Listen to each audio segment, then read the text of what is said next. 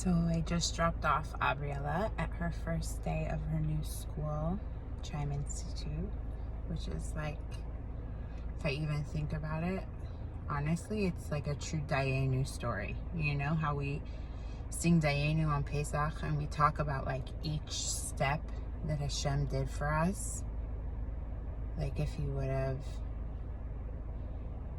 taken us out of Egypt, but not anything else, it would have been enough. If he would have split the sea and nothing else, it would have been enough. If he would have, kept us safe in the desert, it would have been enough. If he would have just brought us to the edge of Israel, it would have been enough. Like every step of the way would have been enough. That's what it feels like in this whole process. Like if Aubrey would have just gotten her diagnosis, it would have been enough. If Aubrey just would have gotten approval for LAUSD services, it would have been enough. If Aubrey would have just gotten approval to be in a non-public school, it would have been enough.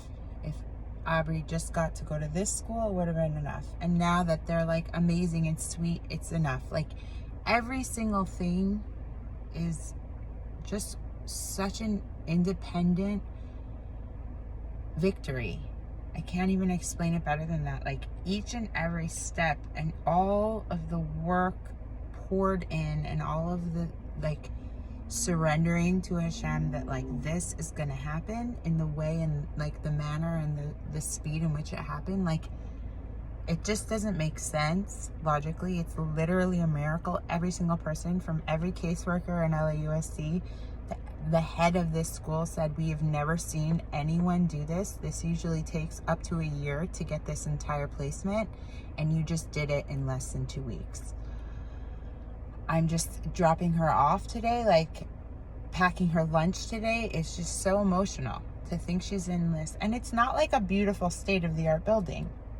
It's a very humble environment, but it's just so special and quaint, and like the program is so for her. Like she needed to be in a collaborative program with children that are neurotypical, that talk, that socialize regularly. So she had peer models, and she also needed to be watched like a hawk and redirected when she was getting out of hand and when there was sensory overload, being able to be tended to effectively and therapeutically, not, saying she needs space and left to be given space for an hour like she was in her old school, which is like broke my heart the most of everything. To hear that she asked her teachers for space and they literally just left her alone for an hour, but I don't blame them, and I just move forward because, when you don't have more, when they don't have resources to tend to her, which is just why this is so absolutely incredible. Like I just needed to take a moment and thank Hashem so much for Aubrey and for giving me the strength and the perseverance to do my part, and for Hashem to pick up all the other parts, and to literally do miracles, like move mountains, split seas, literal miracles. Like Kvitza Sederach shortened the length of time. Like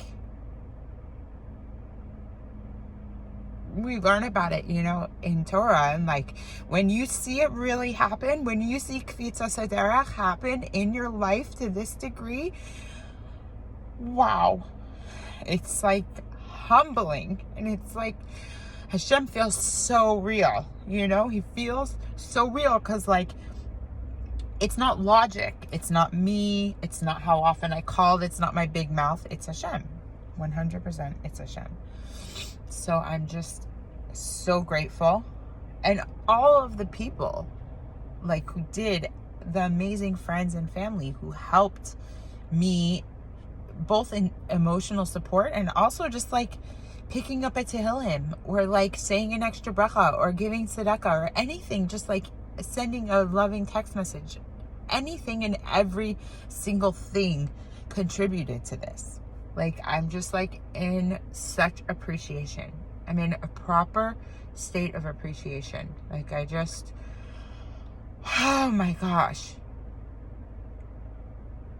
And I chose to take on certain things in my personal life just to show Hoda'a. Like, really, Hashem, I see you, and I see what you did for me,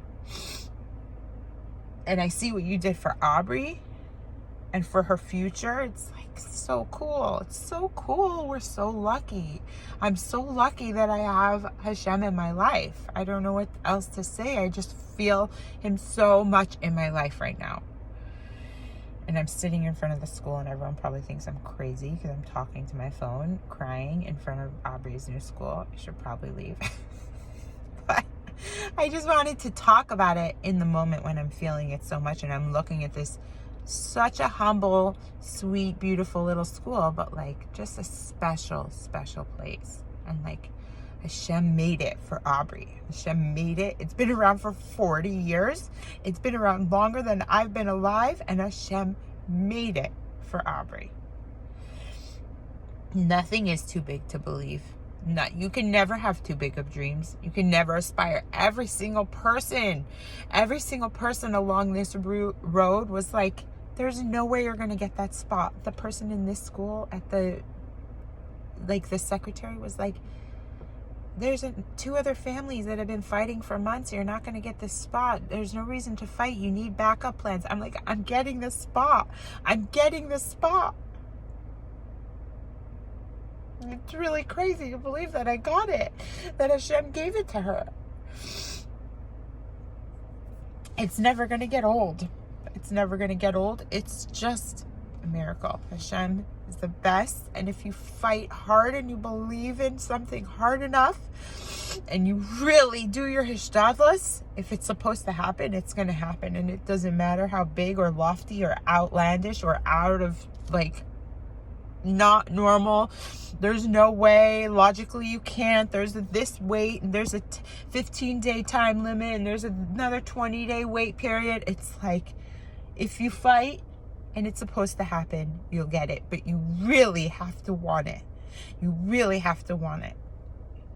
Anyways, that's it. Bye.